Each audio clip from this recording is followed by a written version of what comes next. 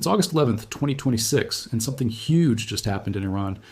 And I mean that literally, not as a clickbait phrase, because on Sunday, Iran's semi-official Mehr news agency released a video, under 15 seconds long, showing a man state media identifies as Iran's supreme leader, sitting in a circle, speaking to a group of other men, and on the surface that sounds like nothing, a short clip of a religious leader talking to students. Except this is the first video Iran has ever released of this specific man since he took the most powerful position in the entire country. And the reason that matters, the reason this is genuinely huge, is because of who this man is, how he got that job, and why almost nobody outside Iran's inner circle has been able to confirm he's actually alive and well since the day he took power. So let's walk through exactly how we got here. Because this story starts 5 months ago with an event that changed everything. On February 28, 2026, Israeli and American strikes killed Iran's supreme leader, Ayatollah Ali Khamenei, the man who had ruled the country since 1989.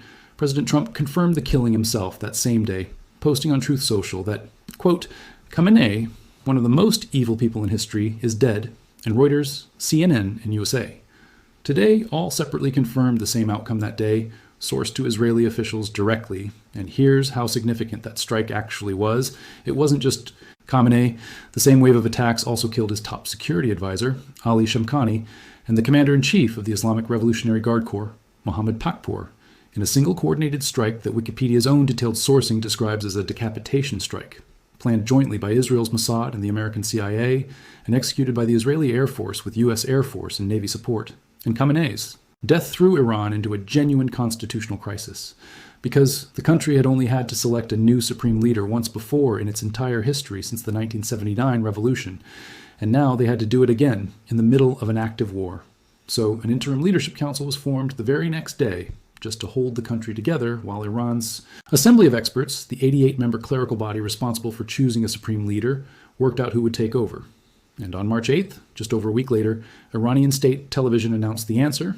The Assembly of Experts had chosen Mojtaba Khamenei, Ali Khamenei's own son, as the new supreme leader, following what state media called a decisive vote. And here's where the story gets genuinely strange, because Mojtaba Khamenei was actually present at the strike that killed his father.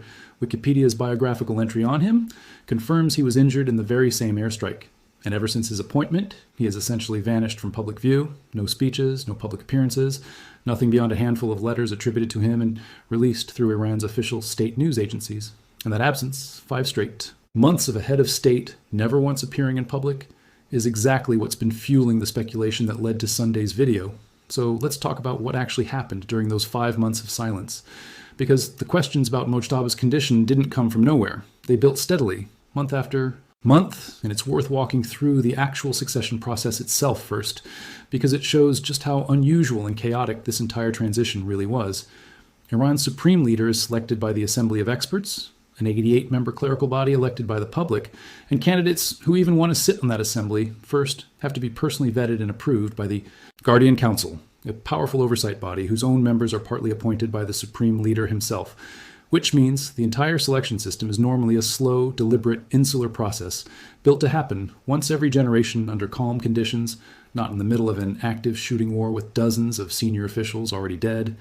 And Al Jazeera's own reporting from the days immediately following Ali Khamenei's killing captured just how unprecedented this was, noting Iran's clerics had only had to perform this exact task once before in the entire 4-decade history of the Islamic Republic, back when Ruhollah Khomeini died in 1989, and Ali Khamenei himself was elevated to replace him, and in the days after the February strikes, Al Jazeera reported that Mojtaba was already being described by Israeli and Western media as the frontrunner, specifically because of his existing influence within the IRGC, the most powerful military body in the country.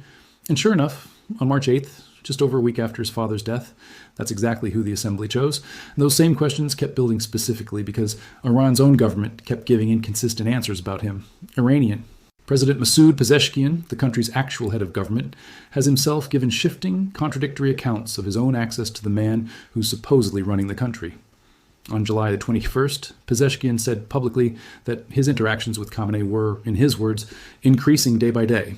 But then, just weeks later in early August, he told reporters that communicating with Khamenei was, quote, very difficult, and if the president of the country is giving contradictory public statements about how easy or hard it is to simply talk to his own supreme leader, that's not a small detail, That's the head of Iran's civilian government essentially telling the world he doesn't have reliable access to the man constitutionally in charge of it. And it's worth noting Pezeshkian did separately. Described meeting with Khamenei in late July, according to state media, with the meeting reportedly covering military affairs and the economy, including foreign exchange management and energy use.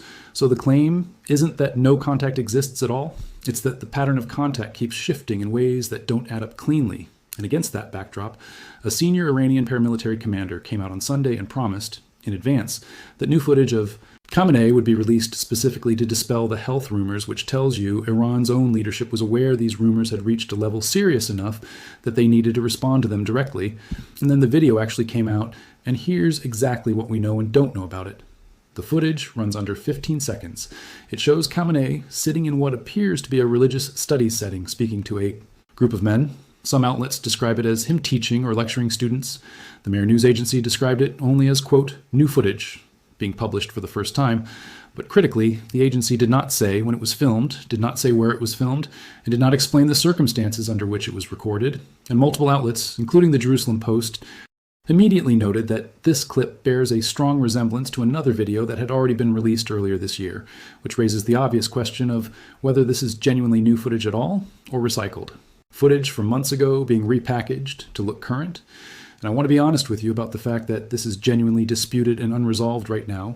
Several accounts circulating online have claimed the footage is actually old material from before. The war even started, and separately, some coverage has noted that parts of his face remained covered in the clip, which obviously doesn't help settle the authenticity question either way. So, as of right now, the most accurate, honest thing I can tell you is that Iran released a very short, undated, unlocated video of a man they say is their supreme leader, specifically timed to combat health rumors. And independent outlets have not been able to verify when or where it was actually filmed. That's the real, verified state of this story. Not confirmed proof he's fine, not confirmed proof anything is wrong, a genuinely unresolved situation that Iran's own state media chose to address with 15 seconds of ambiguous footage rather than a real, verifiable public appearance. And it's worth pausing here to actually explain who Mojtaba Khamenei is, because most people outside Iran had barely heard his name before this year. He was born in 1969 in Mashhad.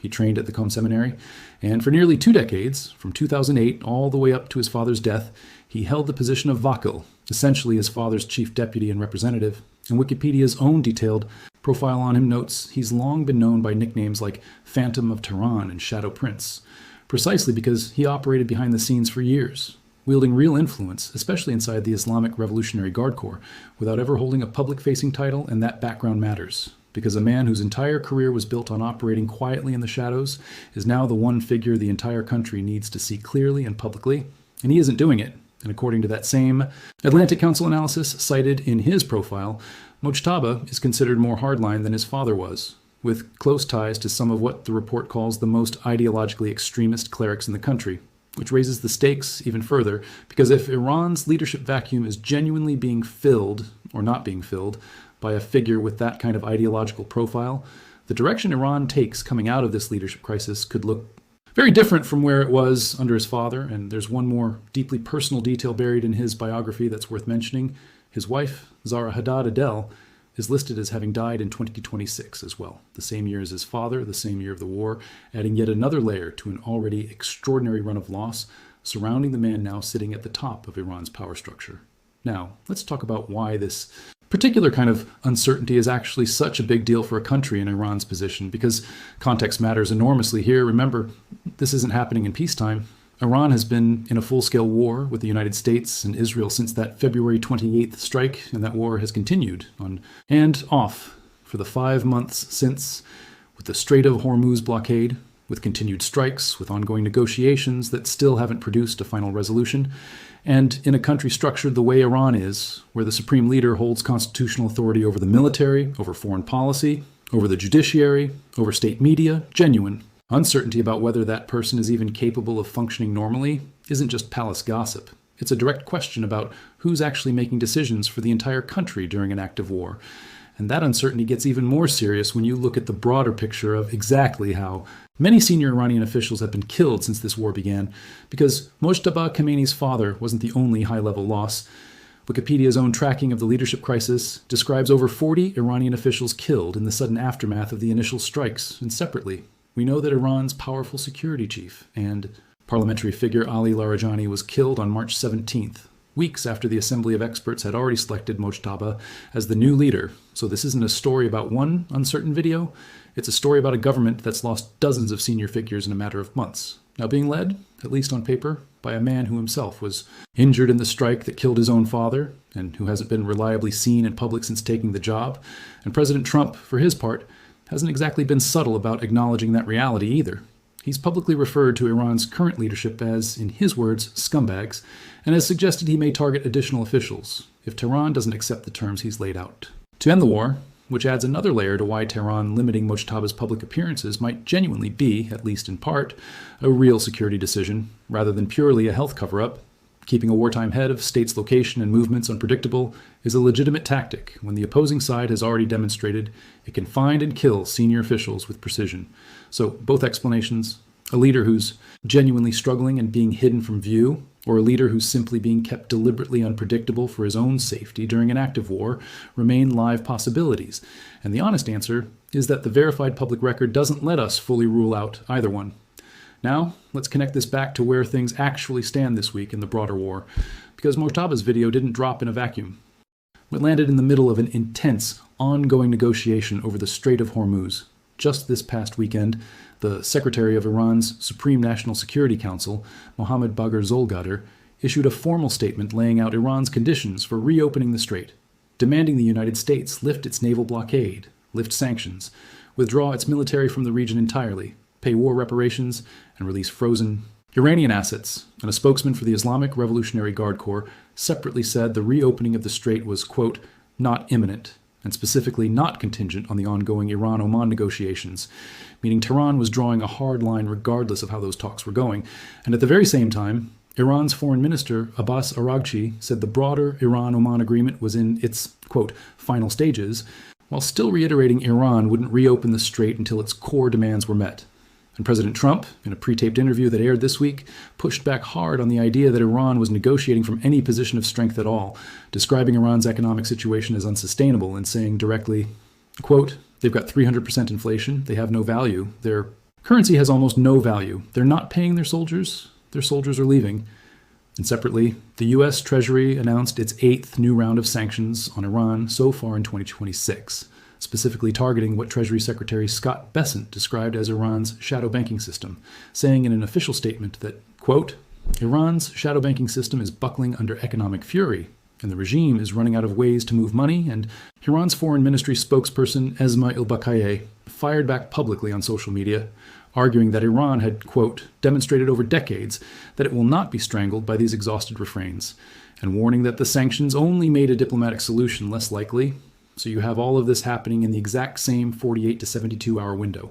A mysterious, undated video of an unseen supreme leader, a hardline set of demands. From Iran's National Security Council, a Trump interview declaring Iran's economy is collapsing, a fresh round of sanctions targeting Iran's ability to move money at all, and a public war of words between Washington and Tehran's foreign ministry. And every single one of those pieces is genuinely happening at once, verified across multiple independent outlets, CNN, ABC News, Al Jazeera, the Jerusalem Post, and Reuters, all separately confirming different parts of the exact same 72-hour stretch, which tells you this isn't a slow week in this story. This is a genuine convergence point, a leadership crisis, an economic collapse narrative, and a diplomatic standoff, all landing in the news cycle within days of each other. Now, I want to be fair and give you the honest caveats here too, because that's what responsible coverage of an unresolved story actually looks like. We don't have independent, outside confirmation of Mojtaba Khamenei's health. We don't have a verified date or location for that 15-second video.